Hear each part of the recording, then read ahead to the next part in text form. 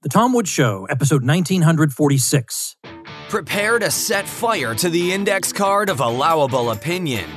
Your daily dose of liberty education starts here. The Tom Woods Show. Hey folks, don't even think about missing the libertarian event of the year, the 2000th episode of The Tom Woods Show, live in Orlando, featuring many of your favorites from The Tom Woods Show. And Michael Malice says his special surprise guest, whose identity I myself don't even know, will bring the house down. Cost nothing to attend. Register at tomwoods2000.com. Hey everybody, Tom Woods here. Dan McCarthy is my guest today. Dan is editor of Modern Age. He's also the author of a regular column for The Spectator, and I always benefit from his columns. They're always interesting, topical, and he's got one on the January 6th matter. And man, are the elites fixated on January 6th. So between that and COVID, there's like nothing else in the headlines. So we got to talk about one of them. And so we're going to talk about that today and then just see where the conversation takes us. Now, let me just point out one thing. I recorded this conversation with Dan actually last night. And as I was doing it, now maybe it's just that I'm out of practice because I took a few episodes off, but in the middle of recording it, I realized that my side with my voice on it suddenly had stopped recording. So there is a portion of this episode in which I have to rely on the Zoom recording of me, which I use Zoom for the guest, in case who cares? I know you don't care about these details, but I use Zoom for the guest's side of the conversation. But in a pinch like this, I can also get my own recording. If something's fluky with my real recording, I can scrape it out of Zoom. So it means that there's going to be a little portion there where I sound not so good, the audio quality is not what it could be. And again, I know some of you are just laughing, thinking nobody cares. Okay, this is the sort of thing only podcasters talking to each other care about. But for the record, it is not my audio guy's fault. It's my stupid fault. Okay? Now, having said that, Dan, welcome back. Thanks, Tom. I'm delighted to be here. Well, me too. You know, to be back in front of the microphone and to be talking to an old stalwart of the show, Dan McCarthy, feels really great. And of course, I'm always grateful to you, Dan, because you have a regular column that comes out. And for a guy who kind of needs 5 episodes a week, somebody who writes a regular column is a real help. And in particular, on a topic that a lot of people, just can't seem to let go of, but that we've got to get right. And that is this whole January 6th riot. I think you have a rather unique take on it. And I thought your point that if you're going to suggest that everything needs to be pulled down and George Washington is bad and all these other people and institutions are bad, well, what right do you have to be surprised if people think maybe the institutions that they built were bad? I mean, this is not a sustainable way of propagandizing the American public. But first of all, let's talk about what your key points here are, because I understand that you don't want to say, well, look, there were other examples of people engaged in bad behavior, and that wasn't punished as much as this or whatever. But that still is a reasonable point. I mean, the BLM rioting was way, way more dangerous to way more people, and it's treated like if you were even concerned about it, there's something wrong with you. I mean, there is definitely some kind of weird disproportion here. Oh, absolutely. You think about the crises that the country has been facing over the past year or so. And it seems to me that COVID, obviously, and the reaction to COVID, the lockdowns and everything else, that's very high up there. We've seen, however, that violent crime rates have been spiking to such a degree in places like Washington, D.C., where I live, that the death rate has been, larger in recent weeks than the death rate from COVID.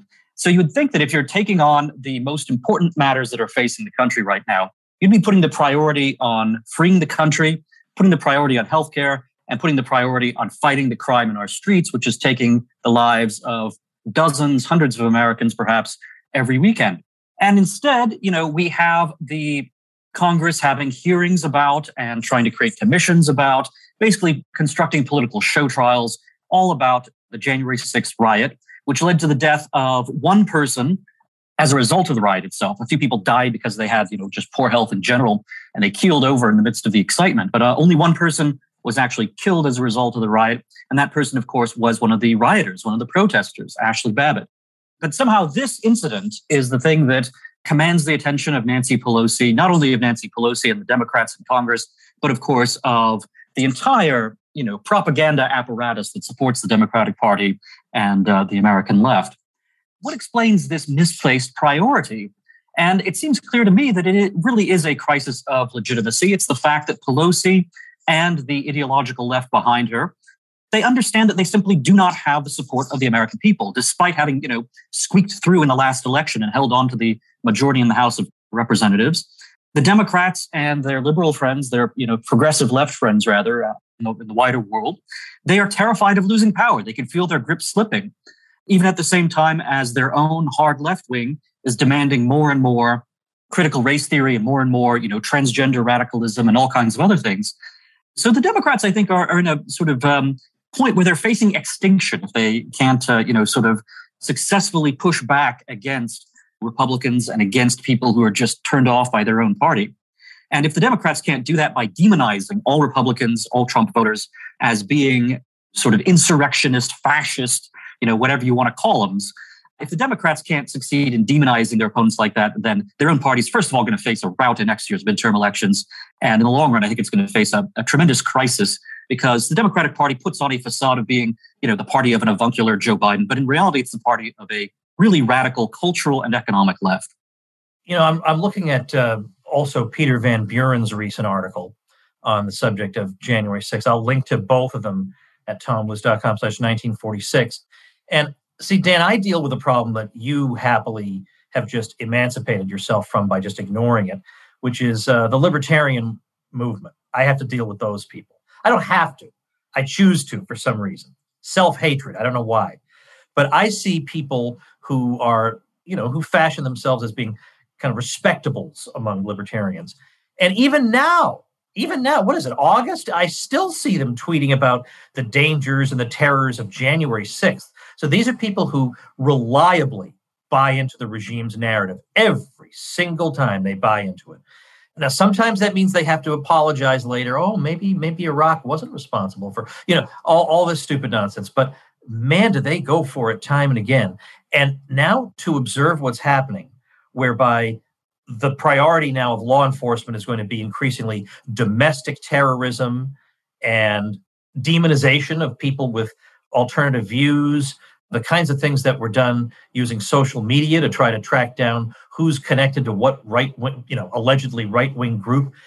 I don't see how you could be so blind as to think, yeah, I'm going to push this narrative that January 6th is the big danger, when it's clearly, number one, obviously been exaggerated, but secondly, it's being exploited in the service of something that if you're an actual libertarian, you're not going to like the way it's going to come out.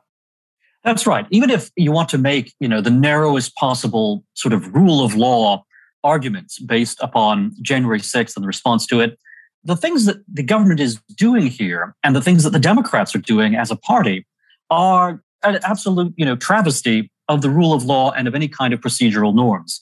So, for example, in the second impeachment of Donald Trump, first of all, how can you impeach and remove someone who is going to be out of office before you can get to the vote to remove him? How do you remove someone who isn't in office? Why would Nixon have resigned if he thought they could still impeach him after he was in private life? Quite so. And the other thing, of course, is that once he is in private life, there's no longer any question of having any kind of presidential protections against prosecution. So the whole reason we have the impeachment process is because the president is in charge of the executive branch. The executive branch is in charge of prosecuting crimes against the United States. If the president is in charge of the prosecutors, it's clearly a problem to say that the president's going to prosecute himself, basically. But once the president has left office, there's no longer a need for the impeachment process, because at that point, the new administration can launch prosecutorial proceedings against the former president.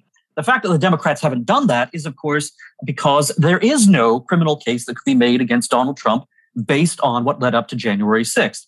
Now, beyond that, you saw that in that second impeachment show trial, basically, against Donald Trump, the Democrats, flagrantly edited the video of the remarks that Donald Trump made on January 6th to his supporters. Donald Trump, urged his supporters to peacefully and patriotically make their voices heard to Congress. I mean, that's the most fundamental right guaranteed by the First Amendment, the right to petition Congress, the right to make your voice heard peacefully and patriotically. The Democrats, they edited out the words peacefully and patriotically and made it sound like, Donald Trump was sending people to go and invade the Capitol, which he absolutely was not doing. And you would think that if you had a strong case to make against Donald Trump, you would be willing to, present all the evidence openly and fairly, as you would have to do if this were an actual legal proceeding and not a kangaroo court that is purely political. If this were an actual legal proceeding, you would have to present all the evidence, the exculpatory as well as the apparently damning, and present that and let the jury make their decision. The Democrats, because they didn't even want to pretend to be fair, really have shown just how hollow and vacant their entire case was. And then as regards the actual rioters themselves, right now, the federal courts are having a very hard time figuring out what makes the January 6th rioters different from all of the various left-wing groups, people like Code Pink, for example, who routinely, I shouldn't say routinely, but on a quite frequent basis, will disrupt the proceedings of various committees and pieces of legislation. It's not unusual, of course, for someone to burst into a congressional hearing or a congressional vote and to sort of wave a protest sign or otherwise disrupt proceedings. So where is the line going to be drawn between that kind of protest, which the left has tolerated for many, many years, and something like January 6th, which obviously is on a much larger scale, but in principle involves many of the same things? Well, here's one of the aspects of this that concerns me. Apparently, there were 539 arrests. Most of these people didn't do anything violent, and basically they're just being accused more or less of various kinds of trespassing charges or violating a curfew.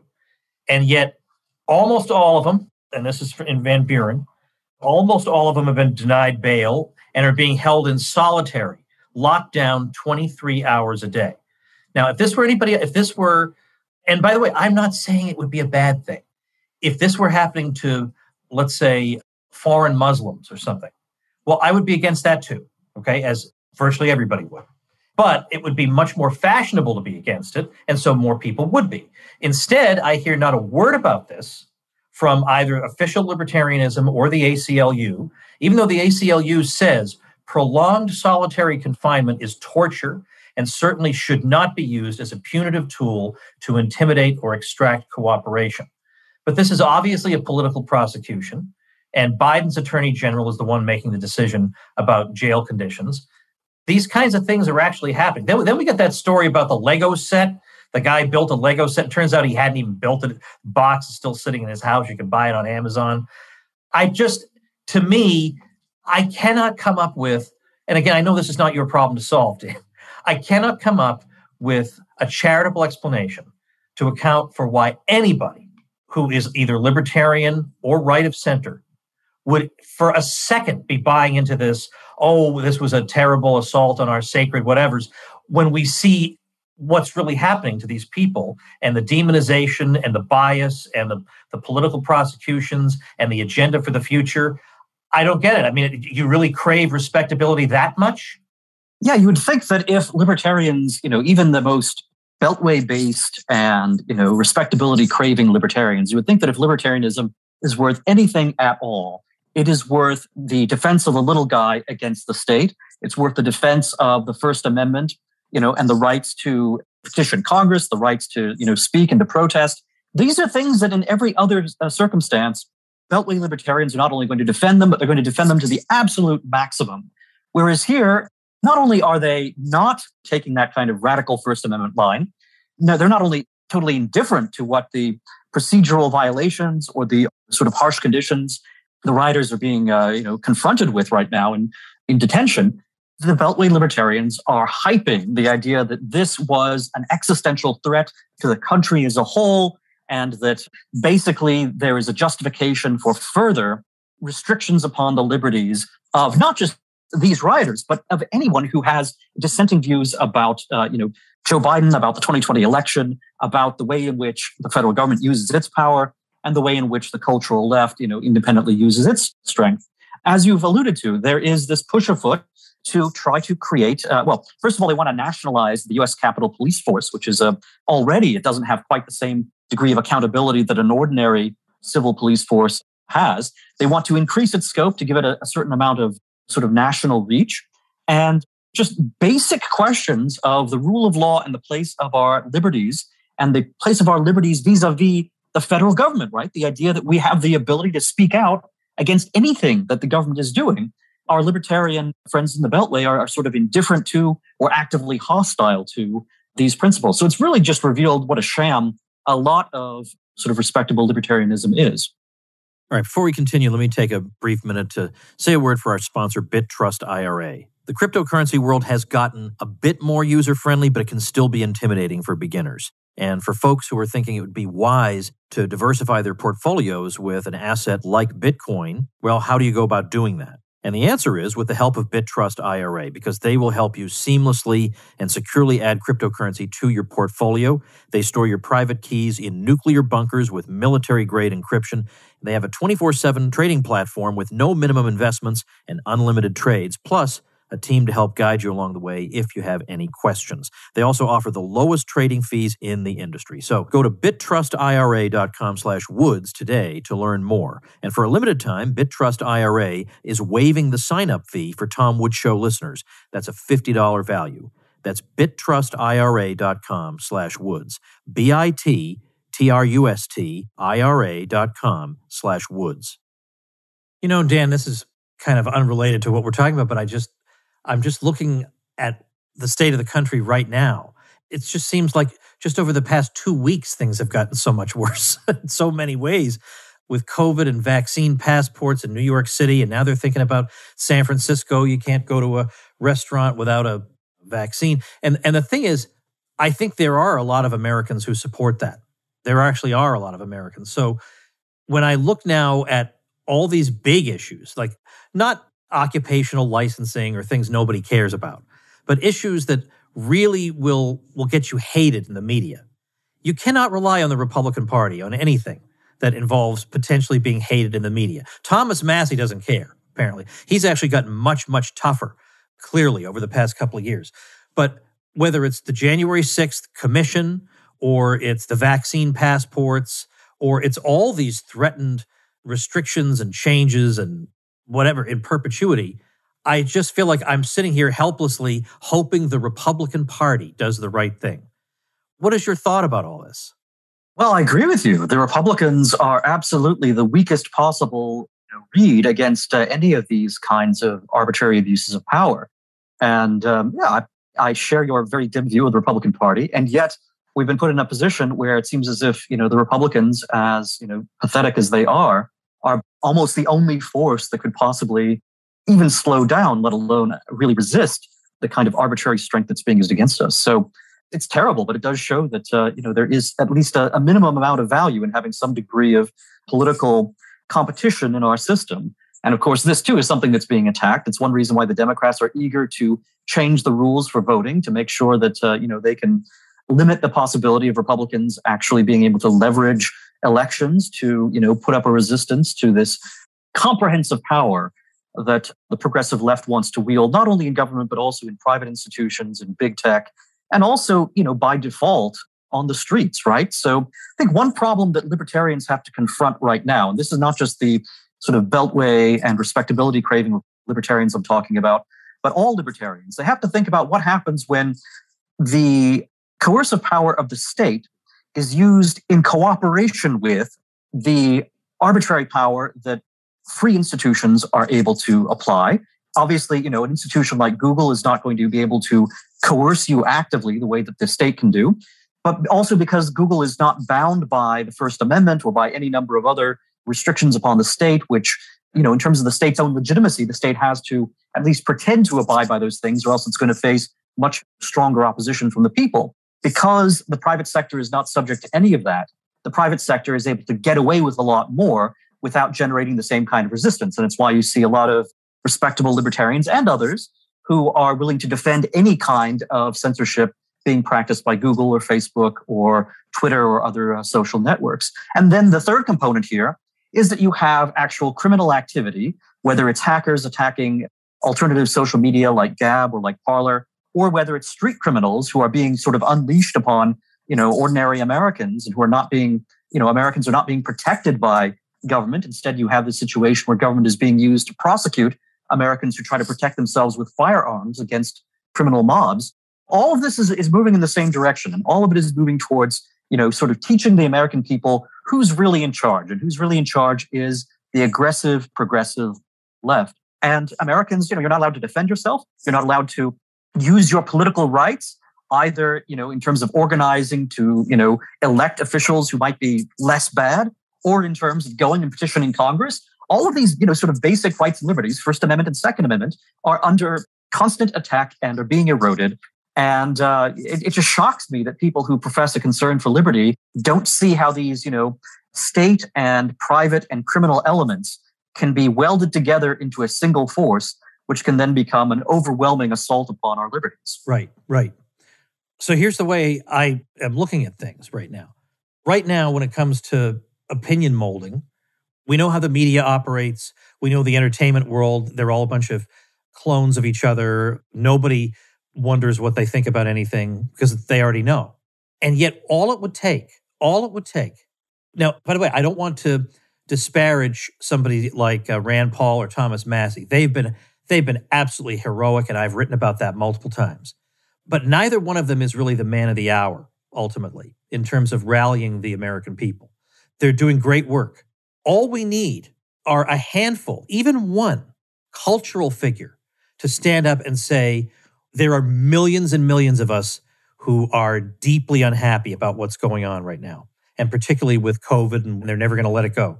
There are many millions of us, and there's got to be strength in these numbers, and we're going to start doing something. People are waiting to be told, look, I'm facing these moral dilemmas at work regarding the vaccine and whatever. They don't know what they're supposed to do, and nobody's telling them what to do, and the Republican Party in politics is no help. We just need just that one entertainer who's willing to say, I'm going to take all the slings and arrows because I have $100 million in the bank and it doesn't matter to me. And I am going to lead people here. So I've thought to myself, like somebody like a Jordan Peterson. Now, Jordan Peterson is exhausted. He's gone through an awful lot. He's not the man of the hour. But even if he were mentally and physically capable, he's not the guy we need. But there's somebody like that. And it astonishes me that whoever that person is has not emerged when the need for that person is so overwhelming right now. Yeah, although I do think that just as we've seen the political establishment lose all of its legitimacy, really over the past 30 years, step by step, our political establishment has, since the end of the Cold War, engaged in a number of follies, a number of, sort of ideological misadventures in the Middle East, a number of self-dealing, economic shams. And also, you have the sex scandals that they repressed for so long, or suppressed, which are now coming out day by day. So you have this new one regarding, one of George Soros's chief lieutenants who, not just was, sort of abusing these women that he was having sadomasochistic relations with and was engaged in non-consensual, sort of abuse of them. But, he has alluded to abusing his own daughter, even as he, was in the process of abusing these women that he was with. So you have a political and an economic elite which has lost its legitimacy. I think the cultural elite has also lost all of its legitimacy. And there are very few figures out there now in the entertainment world who, even if they did come out and, were to express opposition to what's going on in the country, first of all, they would be squelched by all of the social media, all of the networks. And there's also just, very few of them who have the kind of fan base or the kind of broad reach in popular culture now that figures would have had a couple generations ago. Yeah, that's true, Dan. But who would have predicted an obscurity like Jordan Peterson to take over the world? He had no following. Well, I don't think Jordan Peterson took over the world, though, to be honest. I mean, Jordan Peterson is a very intensely followed guy among his readership, but I don't know that beyond his, intense following that he has a wider cultural salience. Yeah, okay, this is one we could argue, but because I think he took a lot of people who had no particular commitments and just listened to him, and suddenly, he changed their lives. I mean, he's like Ron Paul. No, that's true. I agree. I agree with that. I think he's like a Ron Paul. Right, there but were even some Ron people Paul, who were remember, Ron Paul didn't actually win any, Republican primaries. So yes, I think a lot of our friends are too easily impressed by no, sorry, tens of millions to change things. No, that I totally understand. That part I'll accept. But bear in mind, right now, if you think about the people who have been consistently outspoken and sound and who have really rallied people on the COVID stuff, it's Ron himself, it's his son, and it's Massie, who came into Congress because of Ron and Rand. I mean, that is a long-term effect, that right there. We would have far less opposition because we would be relying entirely on the establishment of the Republican Party. You got to admit that. Yeah, I just don't see that any of that is equivalent to having, the kind of reach beyond the liberty movement and reach beyond the conservative movement, very broadly understood. That's true, but I think Ron has reached and Rand have reached people way beyond in the vaccine community and alternative health. Those people have been left hanging out to dry, and the only game in town is Ron and Rand, I think. That's all true, but those are all subcultures. What I'm saying is that, the normies are not going to be reached by any of that.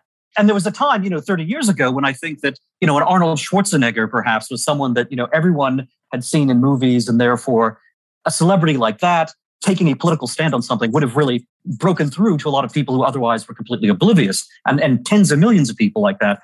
Whereas today, I don't think there are, figures of as much celebrity as had existed, in the early 1990s, for example. I think Hollywood has so diluted and destroyed its own sort of cultural preeminence by its leftism that it no longer has, any figure who has that kind of salience. Now, Donald Trump is maybe the best, sort of counterexample, because Donald Trump, of course, in 2016, he went from being a figure that millions and millions and millions of people had seen on television to being someone that they would actually vote for and make president. So it can happen, but I think there are very few figures like that. And, as we discuss this, the one name that comes to mind is having the kind of celebrity that is broad enough to maybe break through is someone like Kanye West.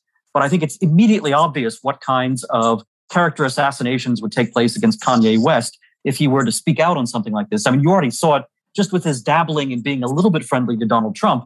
He has been, sort of demonized, and, his personal life has been wrecked and attacked and so forth. And I can't see that anyone out there has greater celebrity and would, not be treated in an even more thoroughgoing character assassination. So I think there's no hope in terms of a celebrity, going to ride to the rescue and pull us out of this. I think it really is a matter of people, just in their own lives and within their communities and, sort of organizing person to person, peer to peer. That's one reason why the fact that the social networks have been turned against us is such a powerful obstacle, because, we are in a position where you can't have a charismatic leader of any kind come to the rescue from Hollywood or from politics. It really does have to be peer to peer, but peer to peer organizing these days is heavily online and is something that Facebook and Twitter and Google are able to manipulate to a very large degree. That's not the answer I wanted, Dan.